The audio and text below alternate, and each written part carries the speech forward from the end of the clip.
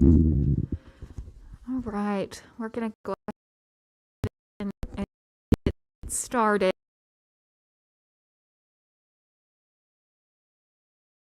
My name is Leah Frieden, and I would like to welcome you to the Fayetteville Public Library. I'm glad you all are here, and welcome to those watching at home through live stream as well. Before you leave today, please do take just a moment to fill out those evaluations that we've left for you. Those help us plan for future programs. And speaking of future programs, I wanted to let you know about a virtual event that's coming up on Monday, October 4th.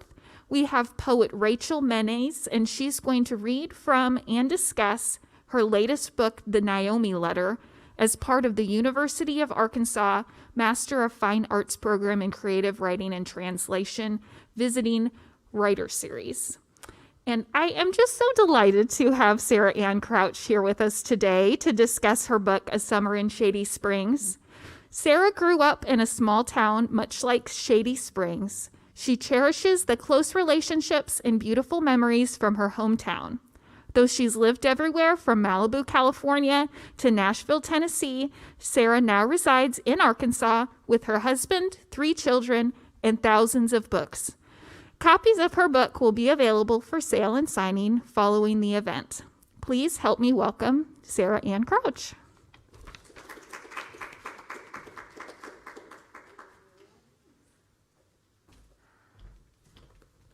So I'm going to take my mask off. I was told that it's allowed since I'll be up here for a little while, but I'm not going to keep it very long. We'll try to keep things short so that we can have more time just to chat afterwards. Thank you so much for coming, everybody. I'm really excited to see you guys.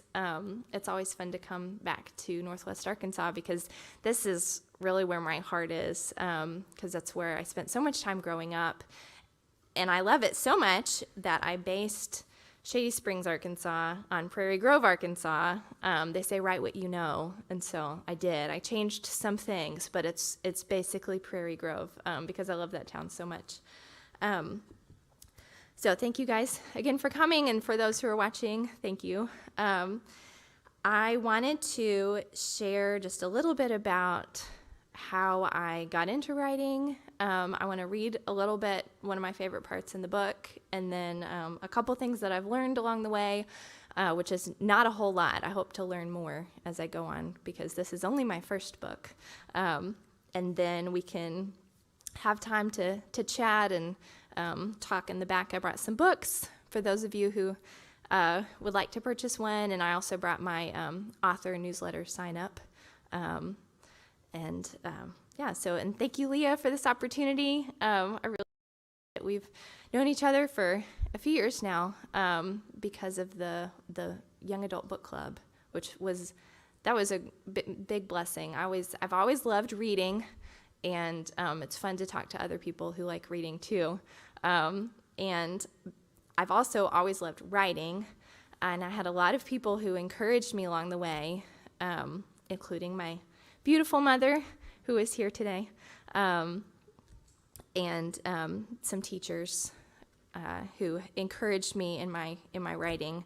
I always thought that it was just a pipe dream, though, that it was not something that would ever actually happen, because everybody wants to write a book, or they don't really, but that's in my mind. I was like, yeah, everybody wants to be an author, but nobody can actually do it. It's just a select handful of people who, get their degree in English and creative writing, and then go on to get an MFA at the new school somewhere in New York City. Like, you have to go to an East Coast school, and then you can be an author.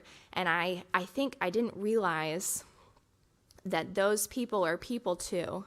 And it was events like this one at the Fayetteville Public Library where I got to meet other authors like Lois Lowry. That was amazing. And Eric Larson and Dave Barry. Like, all kinds of people come here to the Fayetteville Public Library, and you get to hear them talk and realize that actually they're just people, and they found what they loved, and they worked really hard at it, and then they did it. And that's basically what happened to me. I've always loved writing, like I said, and I came up with this idea one day. I had this picture in my head of a young woman who came to faith through the process of painting Jesus. And it was because my sister was going through a lot at the time, and she's a creative person. And I was also trying to come up with story ideas because I knew I had been talking to my husband, Michael, about it, and he was encouraging me. And this image came in my head, but I didn't really do anything with it for a long time because I thought, I don't have an English degree. I'm not a writer. But then he picked up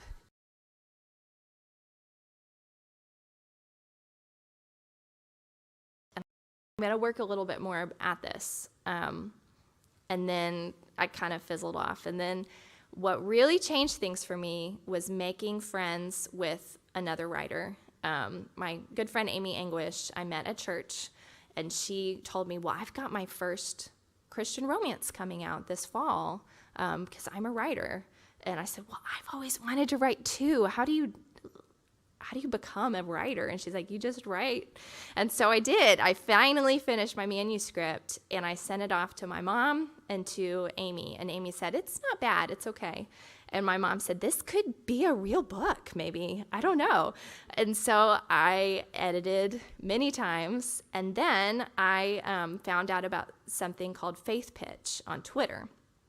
And apparently I learned a lot of pitching events for people who want to be authors. There's pitching for Christians, which is Faith Pitch. There's also pitching for people of color, people with diverse needs. There's pitching for picture books. There's one where you just pitch ideas to other people to get better at pitching. And so there's all kinds of stuff on Twitter. I created a Twitter account just for this one purpose. And that's how I found my editor, Carolee Miller at Anaya Press, liked my pitch. And so I sent her an email, and the rest is history. She took that to their editorial board and then got back to me, and it was all pretty quick. But one thing I've learned about writing is that it's a hurry up and wait kind of world. You hurry up, finish the manuscript, polish it up, and send it to your editor, and then you have to wait like weeks and months for them to get back to you and say, okay, we're ready now to take a look at it. You have 2 weeks to turn it back around to us. And so you hurry up and finish, and then they're like, okay, it'll be 6 months, and then we'll get back to you again. So that's something that I did not know, and it's been an interesting learning process. Sorry, I kind of lost my train of thought. So that's how I came to that book came into being, and I have learned a lot along the way about myself and about writing, and it's mostly been a whole lot of fun. And I'd like to share just a little bit about the book to you. So this, I said it was kind of inspired by my sister, also inspired by Prairie Grove, Arkansas, and just my love for Northwest Arkansas. And I wrote it about an artist who left the town of Shady Springs with her mom. She and her mom left after her parents got separated, and they both felt very alienated by their church there. And they decided we're going to move back to, they moved to Kansas City, and they came back to Shady Springs to visit, but they did not go back to church ever. And then one day, Madeleine gets a request from her aunt, who still lives in Shady Springs, to paint a mural for the church. And she cannot say no to her aunt because she loves her so much. So she agrees to do this thing, even though she really, really does not want to and wants to get out of town as soon as possible. But it's a romance. So I'll go and tell you, it has a happy ending. So it's not a surprise to you. But I'm going to read just a little bit from when Madeleine is up at the church building, and she meets AJ for the first time, who is the handsome youth minister at the Shady Springs Church. Yes, yeah, I know. Okay. So she's in the church building, and it's dark because it's a weekday. There's nobody there, and she's by herself. Let's see. She took the tape measure out of her pocket and began recording the length and height of the space, then drew a few rough sketches of the hallway, including doors, outlets, and anything else pertinent to her work. She also pulled out her phone to take some pictures of the walls. She hadn't realized how quiet the building was until she heard a noise. Slam! Madeleine jumped and fumbled to catch her pencil and notebook. Was the sound just a church member slamming the front door? Maybe Sam had come to meet her here instead of the restaurant, or was it someone more nefarious? Hello? Madeleine called out timidly. Silence. Perhaps she could yell a little louder. Hello, who's there? Silence again. Maybe she'd imagined the noise and no one was there after all. Thump. Nope, definitely someone there. She would have to investigate. Madeleine opened the nearest door to find something to use as protection, just in case. The room appeared to be a sword labeled Spirit at the front of the room. Brandishing the weapon in one hand and her phone in the other, Madeleine re-entered the hallway. Thud. She followed the source of the noises until she was fairly certain she was around the corner from the intruder. Madeleine took a deep breath and jumped into the hallway, crashing into a tall man and accidentally whacking him with a sword in the process, landing on her rear end. She scrambled backward, looked up, felt completely ridiculous because the auburn-haired guy, young, handsome guy, was wearing earbuds and carrying a phone, and nothing about him suggested malintent. In fact, a bright yellow bucket spinning down the hallway suggested he was actually here to mop the floors. I'm so sorry. Who are you? His voice was shocked, but not harsh. Madeleine's cheeks burned. Madeleine, I'm so sorry. I called out, but no one answered, so I thought, but of course you were wearing headphones or you would have heard me, and obviously you work here since, you have a mop. Shut up. Stop talking. She clamped her mouth closed to prevent any more words from leaking out. The young man stared at her dumbfounded, and for a moment, Madeleine wished she could sink into the floor, turn into a puddle he could mop up. But then he smiled, and it was the most handsome grin she had ever seen, her stomach filled with butterflies as he burst into laughter. Is that a sword from the props bin? Yeah, Madeleine's embarrassment fizzled away as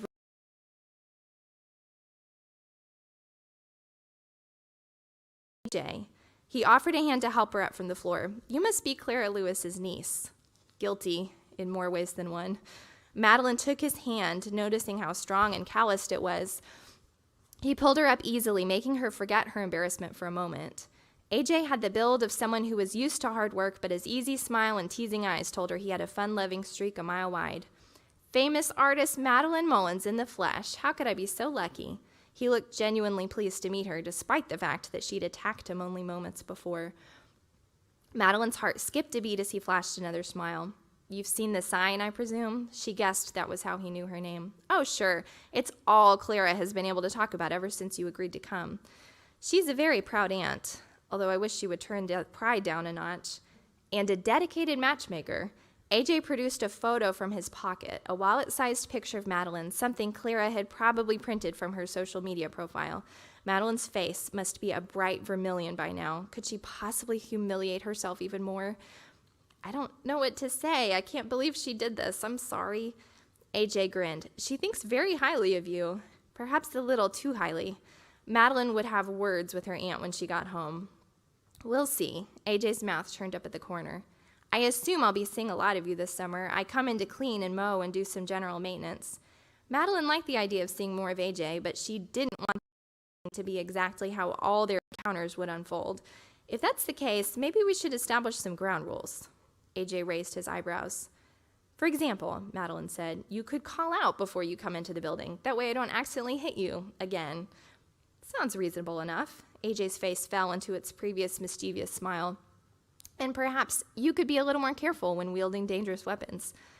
Deal, Madeleine grinned back. I hope I didn't hurt you too badly. No, AJ lifted his sleeve and inspected his shoulder. Only a flesh wound.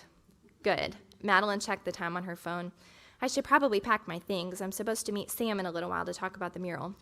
Well, Madeleine Mullins, famous artist, I hope we do not meet like this again. I agree, AJ. Next time, no weapons and no surprises. Deal. AJ stuck out his hand to shake. Madeleine shook his hand and returned his smile. She regretted meeting AJ the way she had, and she was horrified that Clara had been passing around her picture. She hoped not too many other guys had gotten the hard sell from Aunt Clara. In fact, she hoped AJ was the only one. So that is a little bit from A Summer in Shady Springs. So I shared with you guys that, so this is my first novel. I think I mentioned that. I do have another one. I'm a part of a novella collection. So it's me and 3 other authors, and that's coming out next fall. And then I have written another manuscript in this series, and I hope to.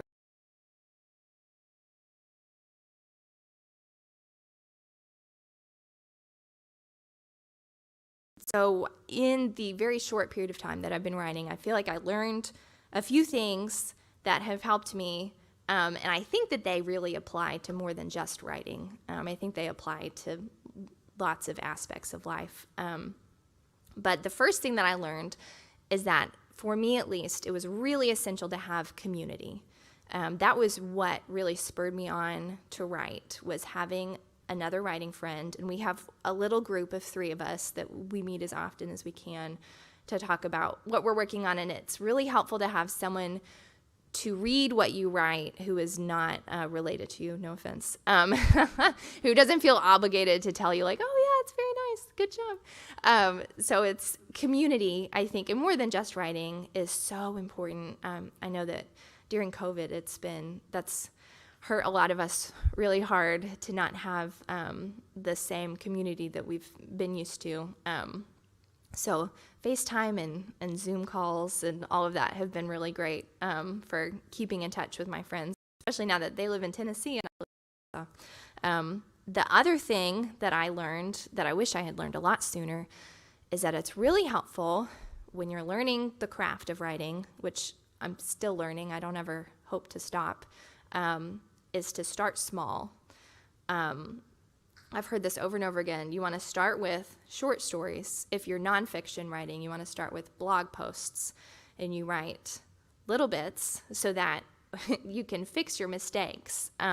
That's one of the big reasons, because if you write an entire novel and you make the same mistakes over and over again for 60,000 words, it's a lot more difficult to fix that mistake and move on and grow than if you just write a short story, you send it to your writing group and they say, hey, you spelled this word wrong. Or, when you're describing what happens, you need to show and not tell, things like that. So start small. That's my advice. Also, never stop learning. Like I said, I never hope to stop reading books about the craft of writing and continuing to improve my writing. A lot of those books I checked out at the library through Overdrive. So I highly recommend scouring your library for those resources on writing. And you can go to your favorite authors. You can read their acknowledgments at the back of the book and find out who they think. Always it's their writing group. Just everybody has a writing group. They thank their writing group, they thank their agent, and sometimes you can go to their website and they'll have a list of here's my advice that I always give to writers.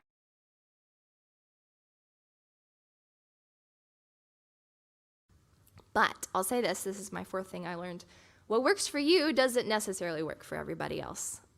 In reading lots of different authors' takes on what it takes to be a good writer, Stephen King feels differently than James Scott Bell and Lisa Cron feel. Everybody has a slightly different take on what to do. So I think it's important to remember that you are unique and how you come at things is going to be completely different from everybody else. But I do definitely recommend reading Stephen King's book, James Scott Bell's books, and Lisa Cron. She's my very favorite. So that's my advice for aspiring writers and authors. If I can do it, then anybody can do it. I really feel that way. If you take the time and work at it, then you too can have a small Christian publisher publish your romance novel. I am so thankful to my editor, Carol E. Miller, who is really wonderful, and I'm thankful to her for taking a chance on me.